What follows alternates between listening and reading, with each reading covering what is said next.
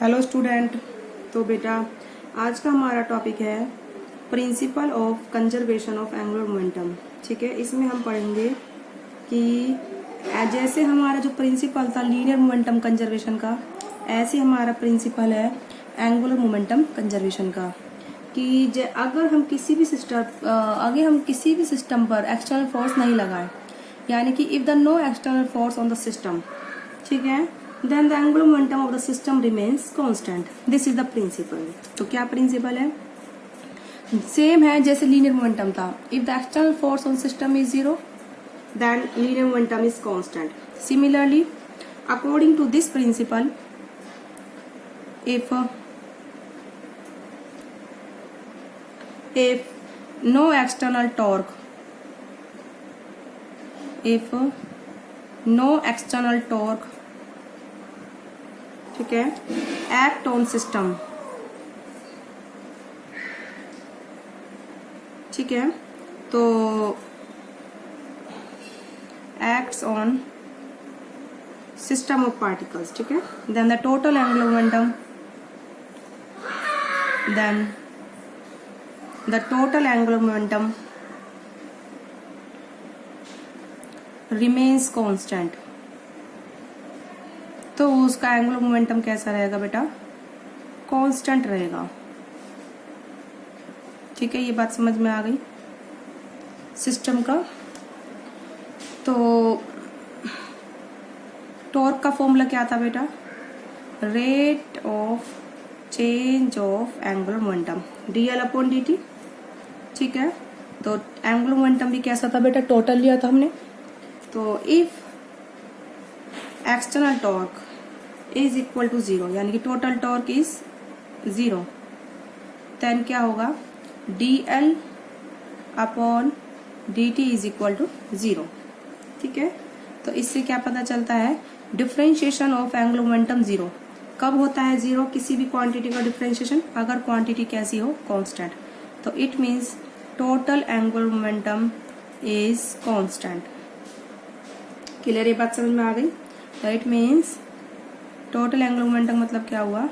L1 plus L2 plus में last term आएगी Ln is equal to the constant.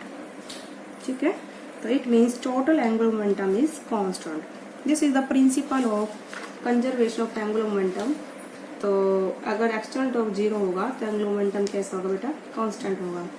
अब हमें इतना पता है कि जो एंगुलर मोमेंटम का फॉर्मूला होता है आई ओमेगा, आई मतलब मोमेंट ऑफ इनर्शिया कितनी होती है? M R square. ओमेगा वो भी बेटा क्या होगा? कांस्टेंट। ठीक है, अब मैं इसकी एप्लीकेशन बताती हूँ इसी पे बेस्ड कि क्या एप्लीकेशंस हैं। जैसे नंबर फर्स्ट एप्लीकेशन है कि जो प्लैनेट हैं उनकी जो ऑर्बिटल वेलोसिटी है वो इंक्रीज और डिक्रीज होती है। ठीक है, ऑर्बिटल वेलोसिटी की बात कर रही हूँ मैं। ठीक है, एंगुलर वेलोसिटी क्या होती है बेटा? Angular velocity of revolution of the planet elliptical orbit में क्या होती है? इंक्रीज होती है जब वो सन के पास आता है, और जब दूर जाता है तो बेटा क्या होती है? कांस्टेंट होती है। ठीक है, वो किस प्रिंसिपल पर होती है? देखो, नंबर फर्स्ट एप्लीकेशन इसकी the angular velocity of revolution.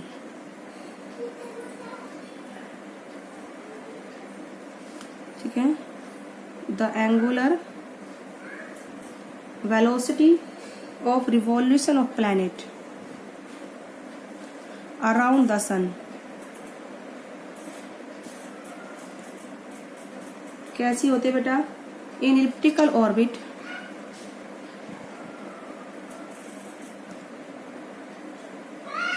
Increases. कब इंक्रीज होती है? When planet come closer to the sun, when planet come closer to the sun। ठीक है, देखो बेटा कैसे होता है ये प्रोसेस। जैसे हमारा यहाँ पर सन है और जो प्लैनेट हैं वो इलिप्टिकल पाथ में क्या करते हैं? रिवॉल्व करते हैं। ठीक है, अगर यहाँ पर है प्लैनेट, ठीक है, तो उसका जो आर होगा ज़्यादा होगा। कितना होगा? डिस्टेंस ज़्यादा होगा। तो जो एट पोजीशन ए पर एंगुलर मोमेंटम कितना होगा? A M r1 square omega. ठीक है, ठीक है। और जो आर ओमेगा होता है बेटा वो कितना होता है? वेलोसिटी, यानी कि एम वी आर। ठीक है। अब यहाँ पर आर कैसी है? ज़्यादा है। अब प्लैनेट यहाँ पर आ गया बी पोजीशन पर, यानी कि नियर टू द सन। तो एंगुलर मोमेंटम बी पोजीशन पर हो जाएगा M, velocity at B point, यहाँ पर वेलोसिटी ए पॉइंट पर थी, and distance from B point. ठीक है। अब देखिए बेटा, ऑफ कोर्स आपको दिख रहा होगा R A is greater than R B. ठीक है। एंगुलर मोमेंटम ए पोजीशन पर भी और बी पोजीशन पर भी कैसा रहेगा? सेम रहेगा दोनों, क्योंकि कांस्टेंट एंगुलर मोमेंटम, यानी कि this is equal to this. ठीक है। और हमें इतना पता है ये रेडियस यहाँ पर ज्यादा है और ये कम है, तो ये दोनों इक्वल क्वांटिटी के बराबर होने, मास इक्वल है। आर ए ज्यादा है, आर बी क्या है? कम है। आर ए ज्यादा है तो वेलोसिटी क्या होगी? कम होगी, जिससे कि सेम एंगुलर मोमेंटम हमें मिले। आर बी कम है तो वेलोसिटी क्या होगी? ज्यादा होगी। ठीक है। इसके अकॉर्डिंग अभी हम इसको आगे दिखाते हैं आपको। L A is equal to L B, क्योंकि एंगुलर मोमेंटम कैसा होता है बेटा? कांस्टेंट होता है। ठीक है। वहां पर कोई एक्सटर्नल फोर्स उनको मूव नहीं करा रहा, वो एक इंटरनल सिस्टम है इनका सबका।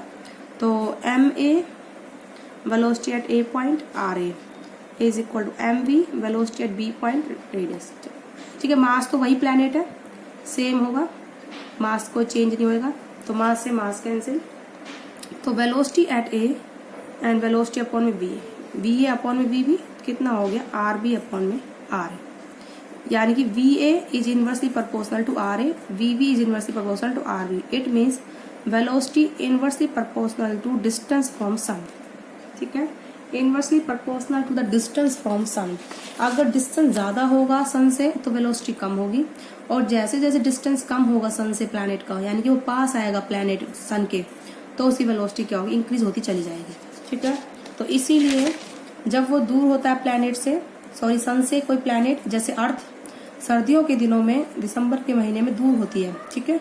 तो उसका डिस्टेंस ज्यादा होता है तो वेलोसिटी उस टाइम क्या होती है? अर्थ की कम होती है। और जब वो गर्मियों में पास आता है तो वेलोसिटी क्या होती है? अर्थ की ज्यादा होती है। तो उस टाइम गर्मियों में वेलोसिटी क्या होती है? अर्थ की ज्यादा होती है। इसलिए सारी हवाएं गर्मियों में चलती हैं, जबकि सर्दियों में नहीं चलती। सर्दियों में जो दिन और रात कैसे होते हैं? शांत होते हैं, क्योंकि अर्थ की जो रोटेशन की स्पीड है, रिवॉल्व करने की स्पीड है, वो क्या होती है बेटा? कम होती है सन के अराउंड, धीरे कम स्पीड से चलती है। और जब यहाँ पर होती है तो उसकी स्पीड क्या होती है बेटा? ज्यादा होती है। स्पीड ज्यादा होती है तो उसका एनवायरमेंट भी फास्ट चलता है, एनवायरमेंट फास्ट चलता है, हवाएं चलती है। ठीक है। इस वजह से सारी जो हवाएं वगैरह वो कब चलती है? गर्मियों में, ना कि सर्दियों में। ठीक है। ये बात समझ में आई आपको बेटा? तो ये एक एग्जांपल हो गया किसका? एंगुलर मोमेंटम कंजर्वेशन का। ठीक है। अब ऐसे ही जो एक और नेक्स्ट एप्लीकेशन है उसको हम बताते हैं, नंबर 2। ठीक है।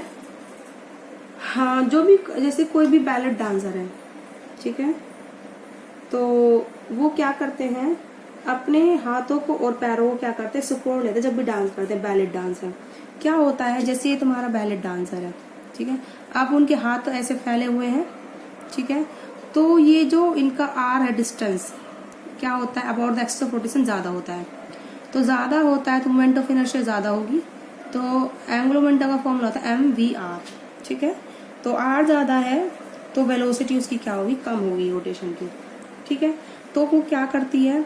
अपने हाथों को ऐसे अपने पास ले आती, सुकेड़ लेती है, और पैरों को भी पास ले आती है। ठीक है। पैरों को भी नहीं फैलाते, पास ले आएगी तो उसकी मोमेंट ऑफ इनर्शिया क्या हो जाएगी? कम हो जाएगी। ठीक है। मोमेंट ऑफ इनर्शिया क्या हो जाएगी बेटा? क्योंकि एंगुलर मोमेंटम का फॉर्मूला होता है आई ओमेगा, तो उसकी मोमेंट ऑफ इनर्शिया इस टाइम कम हो जाएगी, तो उसकी रोटेशनल जो एंगुलर वेलोसिटी वो क्या हो जाएगी? इंक्रीज हो जाएगी, तो वो तेज तेज घूमती है। ठीक है। इसलिए जो भी बैलेट डांसर होते हैं, बैली डांस वाले होते हैं, जो अपने ही एक पैर पर घूमते हैं, ठीक है, तो वो क्या करते हैं? अपने हाथों को और पैरों को क्या कर लेते हैं बेटा? सिकोड़ लेते हैं। क्या कर लेते हैं? उनको सिकोड़ लेते हैं। ठीक है। तो क्या लिखोगे? बैलेट डांसर क्या करता है? अपने आर्म और लेग को क्या कर लेते हैं? फोल्ड कर लेते हैं। ठीक है। जिससे कि उनकी मोमेंट ऑफ इनर्शिया क्या हो जाए? डिक्रीज हो जाए। ठीक है। तो आप क्या लिखोगे? ए बैलेट डांसर, ठीक है, a ballet dancer fold her arm and leg, folds her arm और लैग, ठीक है। क्लोजर, फोल्ड कर लेते हैं, क्लोज है, ठीक है। क्लोजर टू हर बॉडी, अपनी बॉडी के बिल्कुल पास, हाथों को ऐसे फैलाते नहीं है, बिल्कुल बॉडी के पास ले आते हैं, ठीक है। क्लोजर टू हर बॉडी, ठीक है, जिससे कि उनकी मोमेंट ऑफ इनर्शिया क्या हो जाए, डिक्रीज हो जाए, so that moment of inertia gate decrease, वो क्या हो जाती है, डिक्रीज हो जाती है, और उससे उनकी एंगुलर वेलोसिटी क्या हो जाती है, इंक्रीज हो जाती है। एंड एंगुलर वेलोसिटी इंक्रीज्ड, ठीक है, क्योंकि मोमेंट ऑफ इनर्शिया जब हाथ इसके फैले हुए होंगे तो ज्यादा होगी, और इस केस में मोमेंट ऑफ इनर्शिया कम होगी। एंगुलर मोमेंटम दोनों केस में सेम होगा, तो इस वाले केस में जब मोमेंट ऑफ इनर्शिया ज्यादा है तो एंगुलर वेलोसिटी कम होगी, और जब मोमेंट ऑफ इनर्शिया कम है तो एंगुलर वेलोसिटी कैसी होगी बेटा, ज्यादा होगी, ठीक है। तो उसकी अपने आप ऑटोमेटिक एंगुलर वेलोसिटी क्या हो जाती है, इंक्रीज हो जाती है। तो आई होप आपको समझ में आया होगा बेटा किस तरीके से जो हम एप्लीकेशंस है एंगुलर मोमेंटम की हम, ठीक है, कंजर्वेशन ऑफ एंगुलर मोमेंटम की हम यूज कर रहे हैं। अब आता है बेटा आपका जो थ्योरम ऑफ पैरेलल एक्सिस है एंड परपेंडिकुलर एक्सिस, वो आपके सिलेबस से रिमूव कर दिए गए हैं इस साल, ठीक है। 30% जो सिलेबस आपका डिक्रीज हुआ है तो उसके अंडर है, तो उसी में उनको हटा दिया गया है, ठीक है। अब जो हमारा टॉपिक्स आता है moment of inertia, moment of inertia मैं आपको निकलवाती हूँ, आपको ये याद करनी है, इनका डेरिवेशन नहीं है आपके सिलेबस में। कुछ बॉडियों की मैं आपकी निकालना सिखाऊंगी, निकालना नहीं मतलब उनका सिर्फ हमें क्या पढ़ना है, फॉर्मूला पढ़ना है, किस तरीके से हमें कि मोमेंट ऑफ इनर्शिया हम उसकी यूज करते हैं। तो मोमेंट ऑफ इनर्शिया हम कुछ जैसे कि हमारा डिस्क है, रिंग है, ये जो बॉडीज होती हैं, और रोड है, एंड स्फेयर है, सिलेंड्रिकल बॉडी है, इनमें से कुछ एक जो ये हमारी जो रेगुलर बॉडी जो हमें यूज होती है ज़्यादातर डेली लाइफ में, उनकी मोमेंट ऑफ इनर्शिया आपको बताएंगे कि इनका क्या फॉर्मूला होता है, फिर आपको वो डायरेक्ट याद रखनी है और उनको यूज करना है, ठीक है बेटा। आई होप आपको समझ में आ रहा होगा मैं क्या कहना चाह रही हूँ। तो अब हम दिखाते हैं moment of inertia of some bodies. Moment of inertia of some bodies of regular shape, जिनकी शेप कैसी होती है, रेगुलर, कहीं से कम ज्यादा नहीं, जैसी है बॉडी सिमेट्रिक, ठीक है, क्लियर है। तो नंबर फर्स्ट है बेटा आपका, इसमें एक बार मैं जिससे अभी आपके सिलेबस में चेक भी करती हूँ क्या इनका डेरिवेशन दिया हुआ है या फिर नहीं दिया हुआ है, ठीक है, उसी के अकॉर्डिंग मैं आपको इस टॉपिक को कराऊंगी। आज की वीडियो में बेटा इतना ही, हम आपको नेक्स्ट वीडियो में कराएंगे moment of inertia of some regular bodies. Okay बेटा।